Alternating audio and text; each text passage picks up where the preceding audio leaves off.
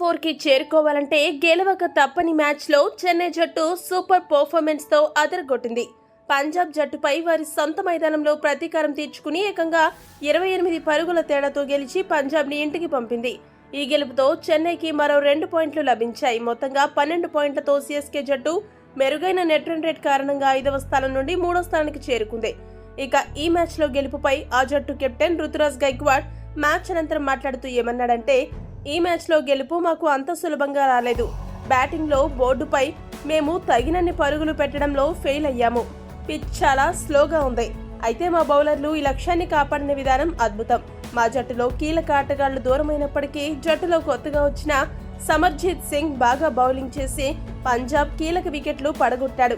ఇక ఈ గెలుపుతో టేబుల్లో టాప్ 3కి చేరుకోవడం చాలా ఆనందంగా ఉంది. ఇక మిగిలిన 3 మ్యాచ్లలో కూడా గెలిచి టేబుల్ టాప్ లో నిలవడమే మా నెక్స్ట్ టార్గెట్. మాకు అడ్డుగా ఉన్న హైదరాబాద్, లక్నోలను దాటుకుని తప్పకుండా ముందుకు సాగుతామని ముగించాడు. ఈ వీడియో గనక మీకు నచ్చినట్లయితే లైక్, షేర్, కామెంట్ చేయండి. మరిన్ని స్పోర్ట్స్ అప్డేట్స్ కోసం మా ఛానల్ ను సబ్స్క్రైబ్ చేసుకోండి.